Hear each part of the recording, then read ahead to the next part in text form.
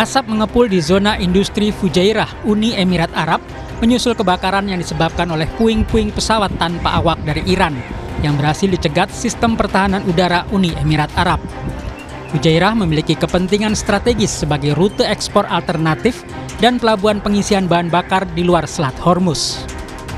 Konsulat Amerika Serikat di Dubai juga diserang oleh drone Iran. Serangan ini memicu kebakaran. Video memperlihatkan ledakan di sekitar gedung konsulat disertai kepulan asap hitam, sementara warga terlihat berlarian menjauh dari lokasi kejadian. Menteri Negara Kerjasama Internasional Uni Emirat Arab, Reem Al-Hashimi, mengutuk serangan rudal dan drone yang dianggap sebagai serangan Iran terhadap kedaulatan negaranya.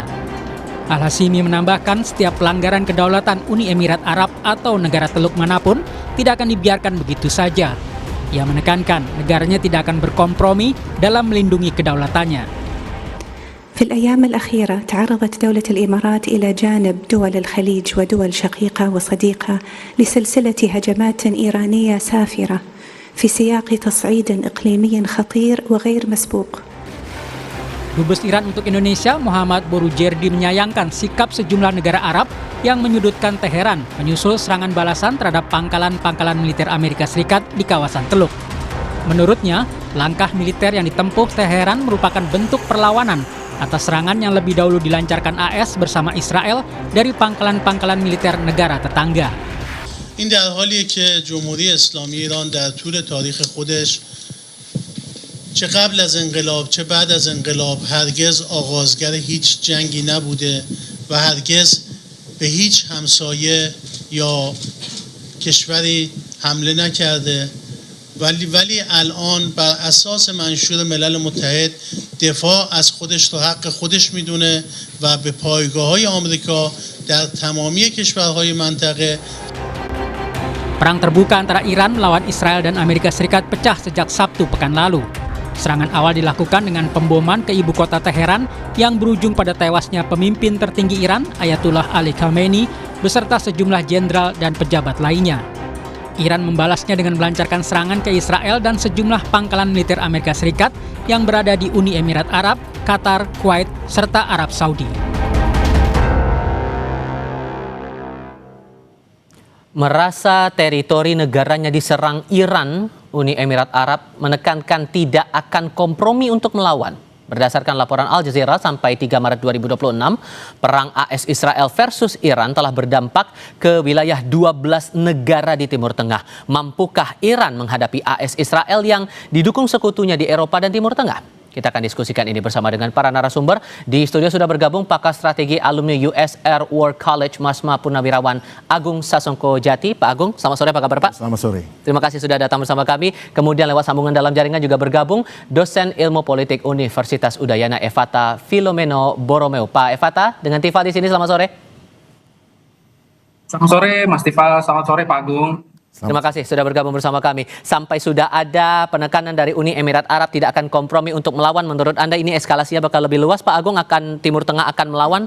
Langkah Iran yang menyerang beberapa titik di wilayah Timur Tengah dalam beberapa waktu kebelakang ini? Pernyataan mengatakan bahwa sangat menyesalkan serangan oleh Menteri dari Uni Emirat itu adalah normatif ya.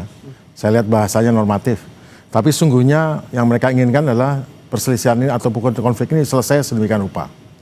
Perlu kita ketahui bahwa Iran telah menyerang hampir 27 sasaran, yaitu pangkalan udara dan pelabuhan di seluruh Teluk, bahkan sampai menyerang ke Turki juga, pangkalan Ikrilik. Semuanya itu ada yang dihancurkan, ada yang separuh dilumpuhkan, ada yang tidak bisa digunakan. Namun yang pasti untuk armada laut Amerika sudah tidak bisa lagi mengisi logistik senjata bahan bakar di Teluk. Dia harus ke Italia dan itu bukan pilihan, atau pergi ke India. Karena di daerah Turki, di pelabuhan di sana sudah tidak aman juga.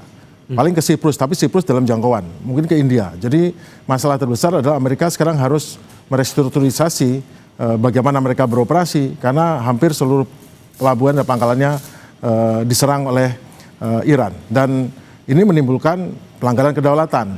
Tapi sesungguhnya menurut logika, pada saat suatu negara bersedia menampung pangkalan udara negara lain, dan pada saat negara lain menggunakan pangkalan untuk menyerang, maka kedaulatannya itu sudah tercemar ya, sudah tidak bisa disamakan. Karena pangkalan itu digunakan untuk rencana, untuk penyerangan, untuk pengisian logistik, untuk mensuplai peperangan. Dan itu adalah sasaran yang sah menurut hukum perang. Tapi kalau kemudian akan membalas serangan itu tidak akan mungkin menurut Anda? Tidak ada untungnya. Apa untungnya? Apa mau ikut terlibat? Karena sesungguhnya kan mereka bersampingan ya, bersebelahan. Lebih bagus ini selesai, nanti urusan mungkin diganti rugi atau apa. Tapi sesungguhnya kalau sampai ikut berperang, dan mereka simpati rakyatnya gimana kalau mereka berada di pihak Israel? Itu kan menjadi masalah lain. Oke. Pak Efata, kalau Anda membacanya ini eskalasinya dengan makin kesini makin intens, Iran masih punya kekuatan nggak? Kalau kemudian mereka mengambil langkah Selat Hormuz ditutup, mainannya sekarang ke level ekonomika atau ada strategi lain yang Anda baca di sini? Baik, terima kasih Mas Tifal. Ya, tentu saya melihat bahwa Iran sedang memainkan strategi cumi-cumi ya. Jadi kita bisa melihat ketika tubuh besarnya yang sulit bergerak karena dihajar, cumi-cumi itu biasanya mengeluarkan tinta pekat ya ke segala arah dan juga akhirnya membingungkan musuh yang ada. Nah, maka dalam konteks kali ini kita bisa melihat bahwa perang ini naskahnya dan endingnya itu memang belum terlihat. Nah, maka dari itu langkah yang bisa dilakukan oleh Iran hari ini adalah mencoba untuk menutup Selat Hormuz. Tetapi Selat Hormuz adalah salah satu nadi perekonomian utama dari Iran. Maka ini tidak akan pernah ditutup dengan sangat lama. Dan kalau terkait dengan proksi ekonomi dan lain sebagainya, saya kira saya belum melihat Iran memiliki kemampuan demikian. Tetapi tentunya perang ini akan sangat mahal dan perang ini akan membuat Amerika menarik diri karena kita bisa melihat bahwa kalkulasi yang dilakukan ini bisa kita katakan mother of miscalculation. Jadi ada kalkulasi besar ketika menyerang Iran itu sendiri dengan perang yang cukup lama dan mampu mereka hadapi. Oke, sehingga kalau Anda baca ada kemungkinan tidak Rusia dan juga Tiongkok akan mengambil peran juga nantinya secara real begitu? Ya, kita bisa melihat peranan Tiongkok dan juga peranan Rusia di sini tentu sangat aktif ya untuk menyuarakan nilai-nilai kemanusiaan. Tetapi kedua belah pihak sebenarnya sudah bekerja sama dalam nilai-nilai ekonomi. Ketika minyak Iran itu ditahan kurang lebih sekitar 80%, justru minyak yang dijual oleh Rusia dibeli enak sekali oleh Cina begitu. Nah, maka mereka tentu menyuarakan kedamaian, kebaikan agar kedua belah pihak bisa saling memahami bahwa ini adalah satu kontestasi yang akhirnya merugikan dunia secara utuh. Sekarang 12 negara, nanti ke depannya bisa tambah banyak. Kita bisa melihat juga Pakistan mulai menunjukkan nilai-nilai bahwa mereka simpati dan juga ada beberapa negara-negara di Teluk yang akhirnya mulai merasa bahwa wah ini ada satu permainan yang akhirnya menyebabkan semua pihak merasakan kerugian yang sangat signifikan baik dari ekonomi dan juga baik secara fisik. Oke, Pak Agung, kalau kemudian mengutip pernyataan dari Trump bahwa perang ini bakal berlangsung dalam kurun 4-5 minggu, siapa yang diuntungkan, siapa yang dirugikan menurut Anda? Itu pernyataan dari orang yang tidak mengikuti nasihat daripada Kepala Staf Angkatan Perangnya. Kepala Staf Angkatan Perang Amerika menyebutkan bahwa ini jangan dilanjutkan karena kita objektif tidak jelas dan kita sudah pas-pasan ini persenjataan kita khususnya rudal yang digunakan untuk ini. Namun pada saat penyerangan ini sungguhnya yang mulai itu Israel. Marco Rubio itu Menteri Luar Negeri itu menyatakan sebetulnya yang mulai Israel. Habis itu kita mengambil keputusan untuk ikut. Nah, itu masalahnya berarti keputusan itu adalah keputusan bukan perhitungan militer, itu perhitungan politik atau perhitungan lainnya yang tahu hanya Trump dan geng di dalamnya. Dan itu justru benar seperti dikatakan oleh beliau bahwa ini perang yang tidak akan dimenangkan dengan takluk seperti biasa. Perang ini akan berakhir dengan ada pihak yang akan mundur sendiri. Kenapa? Karena tidak sanggup meneruskan. Jerman Perang Dunia Kedua, Jerman Perang Dunia Pertama, itu mundur bukan karena kalah di pertempuran, tidak pernah dia kalah di pertempuran, karena apa? Logistik. Begitu Amerika masuk ke dalam perang, maka dia kalah secara logistik. Sesungguhnya dalam bahwa taktik itu sekarang levelnya taktik, yang menyerang, menggebom, membunuh itu tactical. Level taktik itu bisa memenangkan pertempuran. Tapi strategi membentukkan kemenangan perang. Serta merta Iran diuntungkan di sini atau ada strategi lain yang rasanya perlu dicermati? Ini duel strategi. Jelas Amerika nggak ada strateginya. Dari pernyataan yang disebutkan oleh Trump dan menteri-menterinya, waktu ada pertanyaan ini habis ini bagaimana? Oh nanti bagaimana? Yang jelas kita sudah menihilkan kemampuan Iran untuk melakukan serangan, menihilkan kemampuannya mendukung terorisme. Setelah strategi apa? Malah marah itu. Menteri perang itu, si Hexet itu malah marah. Artinya nggak punya, orang Amerika bilang dia nggak punya strategi. Nah kalau nggak punya strategi, betul jago. Tentara Amerika itu jago. Saya sekolah di sana, 2 kali sekolah di sana, itu jago, pinter, alatnya hebat. Tetapi masalahnya sebelum ini mereka terlibat menyuplai ke Ukraina. Hampir mungkin separuh senjataan dikirim ke Ukraina. Sekarang Tomahawk-nya, rudal Tomahawk sudah hampir habis yang digunakan untuk menyerang.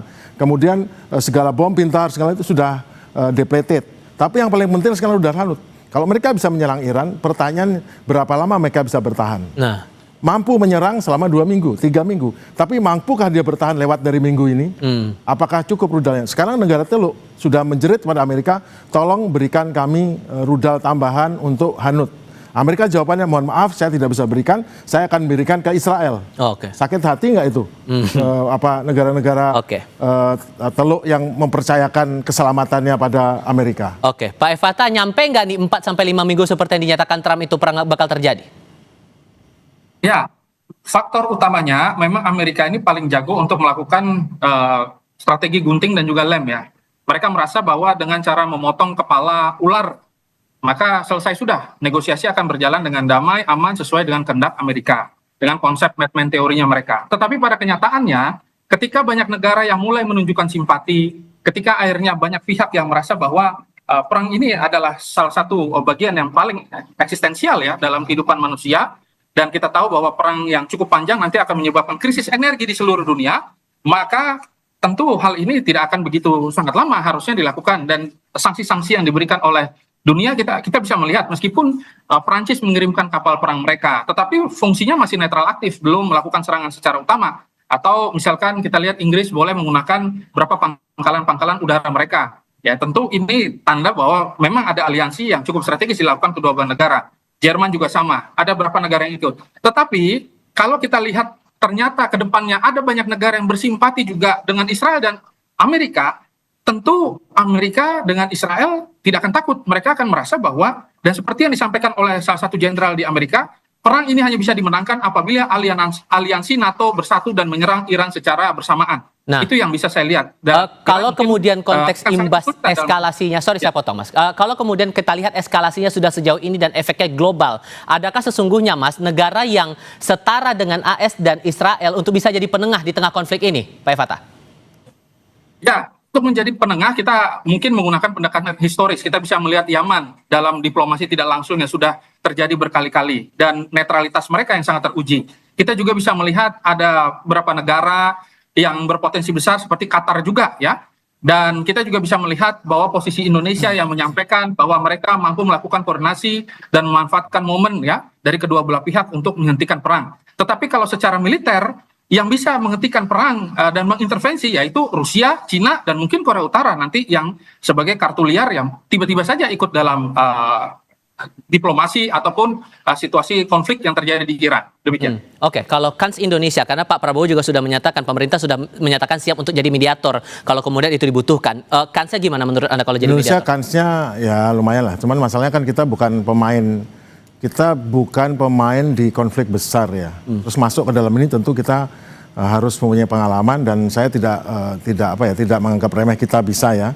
Namun sesungguhnya menurut saya yang paling berpotensi untuk ini karena sesungguhnya kan ini sebetulnya adalah proxy war nih. Pihak Amerika langsung terjun berhadapan dengan Iran dan Iran merupakan proksinya Cina dan Rusia sebetulnya. Rusia memberikan teknologi dan ini kemudian khususnya untuk rudal hipersonik yang hebat sekali nih yang top ini sama lain dan kemudian Cina untuk spare part. Cuman yang paling tepat adalah India. India kemarin datang ke Israel menyatakan saya di belakang Israel. Tapi sesungguhnya India itu apa? India itu adalah partner daripada Iran. Mereka itu satu budaya. Mereka sama-sama basics daripadanya Sanskrit. Mereka di panjang itu bagian India lah bagian daripada kekaisaran Persia sebetulnya. Jadi hubungan dekat itu sebetulnya dekat sekali. Dari segi kulturnya udah dari segi kultur budaya dekat. Jadi yang paling cocok itu India. Kalau Cina Rusia jelas mereka pemain, mereka di belakang layar Iran dan sebagainya. Sama seperti Rusia berhadapan sama Ukraina di belakangnya itu NATO dan Amerika. Sekarang posisinya seperti itu. Cuman India adalah yang paling memenuhi syarat saat ini. Oke. Pak Agung Sasongko-Jati, terima kasih sudah datang di studio. Pak Efata, terima kasih juga sudah bergabung lewat sambungan dalam jaringan bersama kami kali ini. Saya selalu